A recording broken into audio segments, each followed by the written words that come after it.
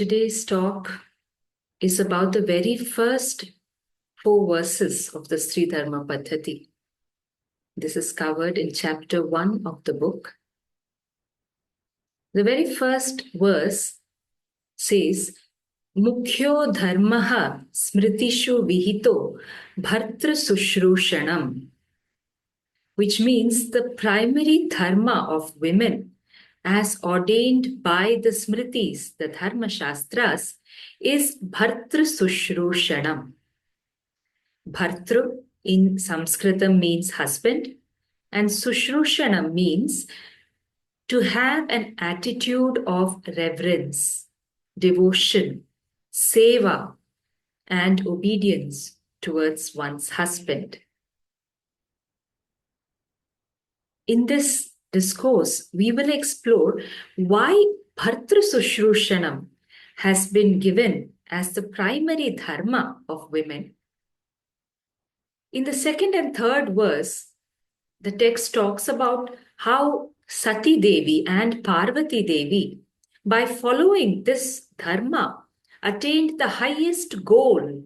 And what was that? To become one half of their husband, Shiva. We are talking here of the Ardhanarishwara.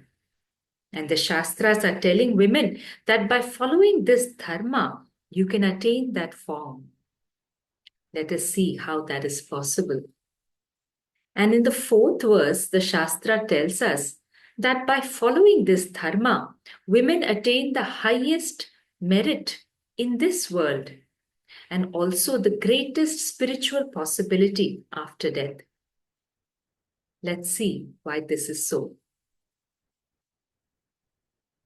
If the idea of being devoted to or doing seva towards one's husband creates a sense of resistance in the mind, then we must pause and introspect why that resistance is there. If we go deeper into the source of that inner resistance, we might find that the origin lies in our desire to constantly express our individuality. Individuality is a product of the ego. This confusion arises because in the Western ideals of feminism or even the rights-based approach, we are taught that we need to present our individual self, our identity to the world. And we consider that to be equality. But in Sanatana Dharma, there is a higher understanding of equality, especially for those who are serious about progressing in the Adhyatmic journey. This higher equality arises from the feeling of oneness with another. That is, you actually experience another human as part of yourself. And if this higher oneness must happen, if this higher feeling of equality must happen, then the lower feeling of individuality arising out of the ego must dissolve.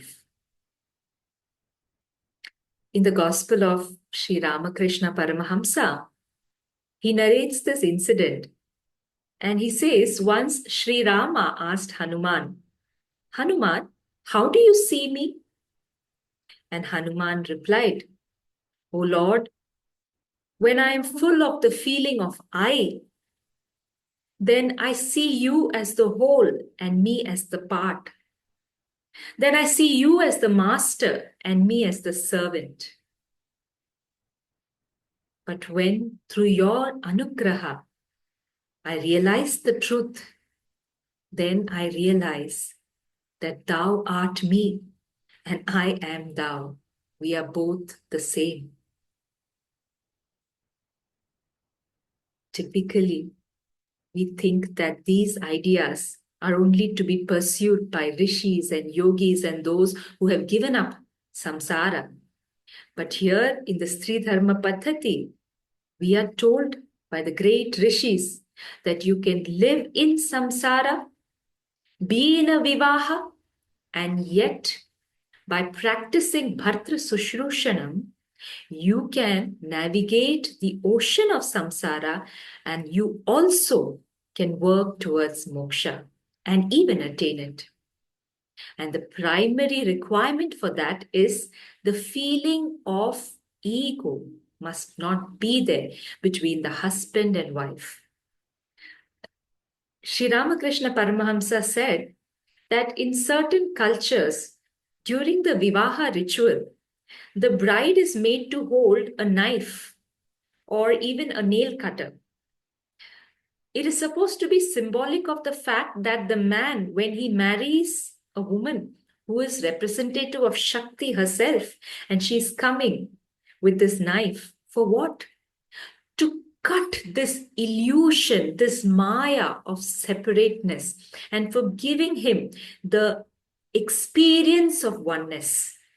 So even for a man who is living through life in samsara, the wife can make the possibility of experiencing oneness through vivaha. Why do the Shastras stress on this attitude towards one's husband? Why not in the other relationships? One important reason is because vivaha actually links together the two atmas, the husband and wife, and pati and patni. And therefore, the chances of utilizing this already available ability is much higher and much easier. The only thing one has to do is drop the sense of ego and practice seva. Highly evolved atmas, when they realize this, every time they meet another soul, if they see that the ego is springing up, the idea of I and them being separate comes up, immediately they will bow down to that person. They will even fall at their feet. It is not out of respect or because of what the other person is. It's because this is how we train ourselves to suppress the ego. Similarly, in the Shastras also, we are told that this is not based on how worthy the husband is. In fact, we are no one to make that judgment about another human being. And very clearly, Sita Devi says this, that even if the husband is not up to the mark, so to speak, even if he is devoid of limbs, even if he has committed many sins, even if he is impotent, for the wife, he is Bhagwan himself, and that is the attitude with which women have to navigate samsara. In a vivaha, the ritual itself links together the prana of the husband and wife. If people are sensitive enough, they may observe that before being linked to their spouse, one side of them was more active in terms of the flow of prana. So for women, the left side of the body, which we call the Ida side, which is the side of Shakti, the feminine side, that will be more active. So if there are intense adhyatmic experiences, prana flow will be more experienced on the left side of the body. It is after marriage and after union with their spouse that the right side, which is the Purusha Tattva, the Pingala Nadi, starts also to get active. And the reverse can be observed by men in their journey. So Vivaha actually completes the two. For the man, the feminine side is brought into his Sukshma Sharira, and for the wife, the masculine side or the Purusha Tattva enters her system. That is why it is possible to experience each other as one half of themselves. This is not mere philosophical idea or symbolism. In quantum physics, this is the theory of entanglement. The theory of entanglement helps us understand how we sometimes experience things happening to others in our own body. The easiest example that happens and many people have experienced is between a mother and her son or mother and her daughter. Even though the children are not in the physical proximity of the mother, a mother who is devoted to her children, who's always thinking about her children, somehow intuitively knows when something happens to them. Who trained her for this? No one trained her. But here she is doing sushrusha of her children, looking after her children, thinking about her children, being devoted to her children all the time. And therefore, naturally, the state of entanglement has happened also because the children have been born of the mother's cells. So their cells are already in entanglement. So this need not be taught to women, it comes naturally to them. But the same possibility exists for the wife with the husband.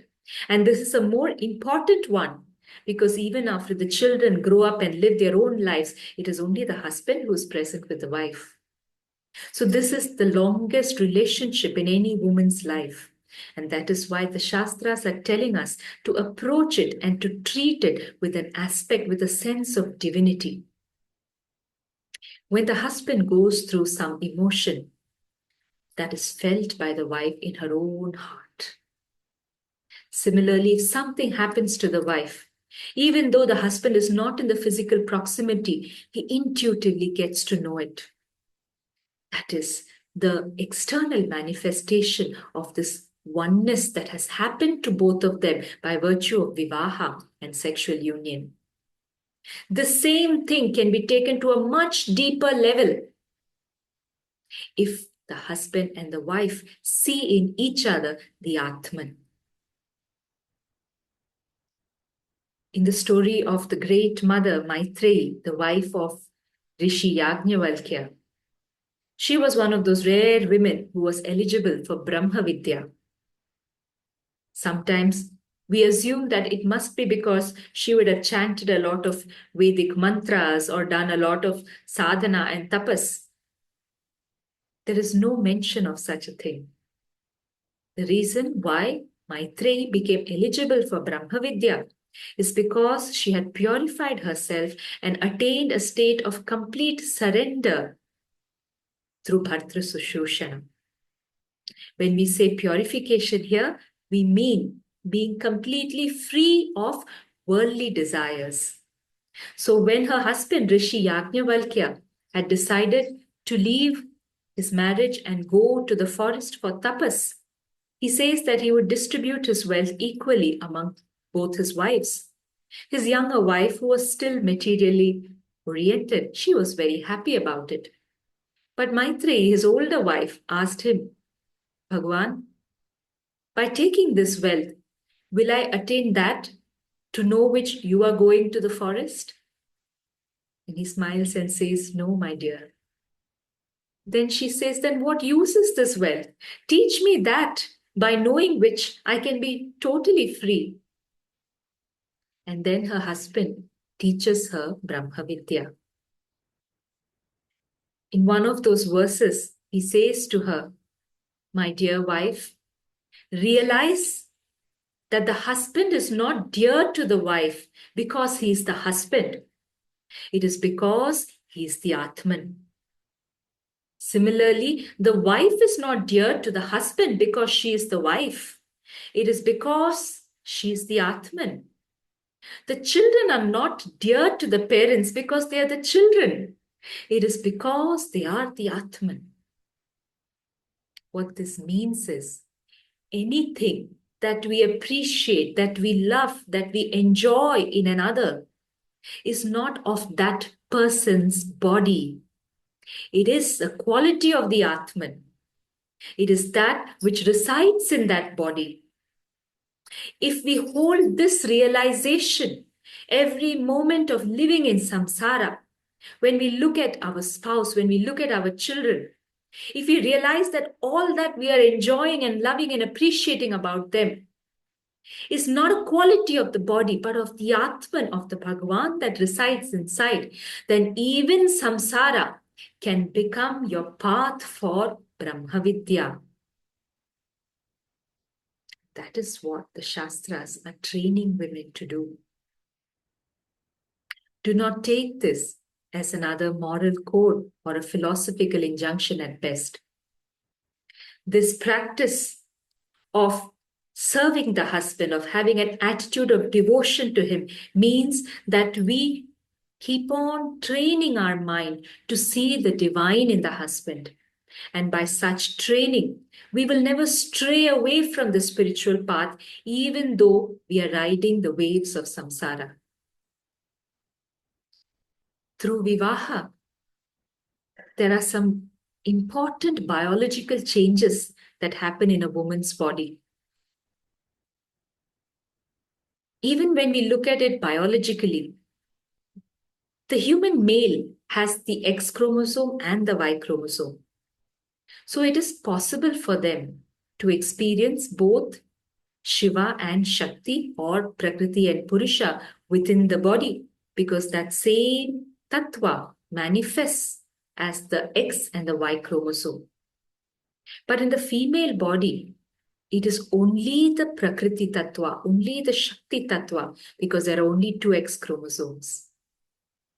So if our Adhyatmic sadhana is by using the physical body, by being in vivaha, then the way for the women to experience the Purusha tattva in her is by receiving the Y chromosome, and that happens through sexual union. There are studies also which clearly indicate that when the seminal fluid enters the woman's bloodstream, around 355 genes in her body change. There is a protein in the male semen known as the sex peptide, which is a master regulator. That means when it enters the female system, it starts to change some important genes in her body and brings it in alignment with that of the male body. So her immunity, her immune responses change. Obviously, her reproductive abilities alter. Her gut microbia also changes. That is why a woman's gotra is said to change and become that of a husband after vivaha and sexual union. And that is why in the Shastras, while men could marry many women because their body does not undergo genetic changes, women were always to marry only one man. And in those rare cases like Draupadi, where she married 5 men, they were all of the same gotra. They were all brothers from the same father. And that is why her body would not undergo multiple changes. That practice of women marrying multiple men, even of the same gotra, is not allowed in the Kali Yuga. So we need not think in those lines. But what we have to understand here is vivaha, both as a ritual as well as the biological aspect of it, provides an advantage to the female body to experience both the masculine and the feminine in themselves, and while retaining the identity of the body.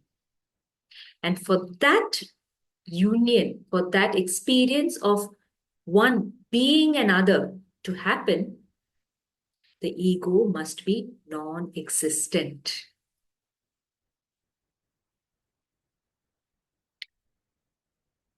There is one beautiful incident which will help us understand all of this in a much clearer way. And it occurs in the episode of the Rasa Leela in the Bhagavatam. So when Sri Krishna played his flute, many of the Gopikas, they just ran out of their homes, leaving all the household work that they were doing, leaving their children, leaving their husbands, leaving their in-laws. They left everything and just walked out. That pull of the flute and his own aura was such that they couldn't help it. Some of the Gopikas were restricted from stepping out by their families. Those Gopikas sat in silence in their homes, and in that intense feeling of separation, because their physical body was not allowing them to go and meet Krishna in his physical form, their Sukshma Sharira walked out of the body and merged into him. They left the body. The other Gopikas who managed to walk out of their homes and physically go to Krishna, the first thing he tells is he tests them. He tests them to see if they're really ready. You see, one cannot become a Gopika even if there is the smallest trace of worldly desire in them. So it is said that the Gopikas were those women who had no desire for pleasures of the world, no desire for pleasures of the flesh. They had given up all that. And that is why they were able to go and see Sri Krishna. So when they go to him, he asks them, "My dear women, why have you come here? Don't you know that Bhartr Sushrushanam is the highest dharma for women? Don't you know that seva to your husband, looking after your children and your in-laws is what will ensure you swarga? How could you leave all that and come here? It is against your dharma. Go back home and do seva of your husband." The Gopikas were shattered listening to this. For a moment, they did not know what to tell him, because he is the one who called them. And now he's telling them about Stri Dharma and Bhartr Sushrushanam. Out of their great grief, they told him, "Bhagavan, we are aware that you are the one who wrote the Shastras and made these rules. It is you who has written that Bhartr Sushrushanam is the Parama Dharma, is the Mukhya Dharma of us women. That is true. But, O Lord, did you also not teach us that we have to see you in our husband? We have to see you in our children. We have to see you in our mothers and father-in-law. That is what we have been doing. We have only been seeing you in them. So how is it any different from coming to you? It is you who has been our husband. It is you who has been our child. It is you who have been our parents and in-laws. It has always been only you who we have been worshipping through them. We haven't done anything against dharma." And Bhagavan was so pleased to hear it because they understood the Shastras. Like them, we also need to understand this deeper essence of Bhartr Sushrushanam. By cultivating the practice of seeing Bhagavan in one's husband, the woman eventually reaches a stage where she can have the darshan of Bhagavan himself as a husband. That is what happened to the Gopikas. May that happen to all of you who consciously decide to walk in the path of dharma as prescribed by the Shastras. Shri Matre Namaha.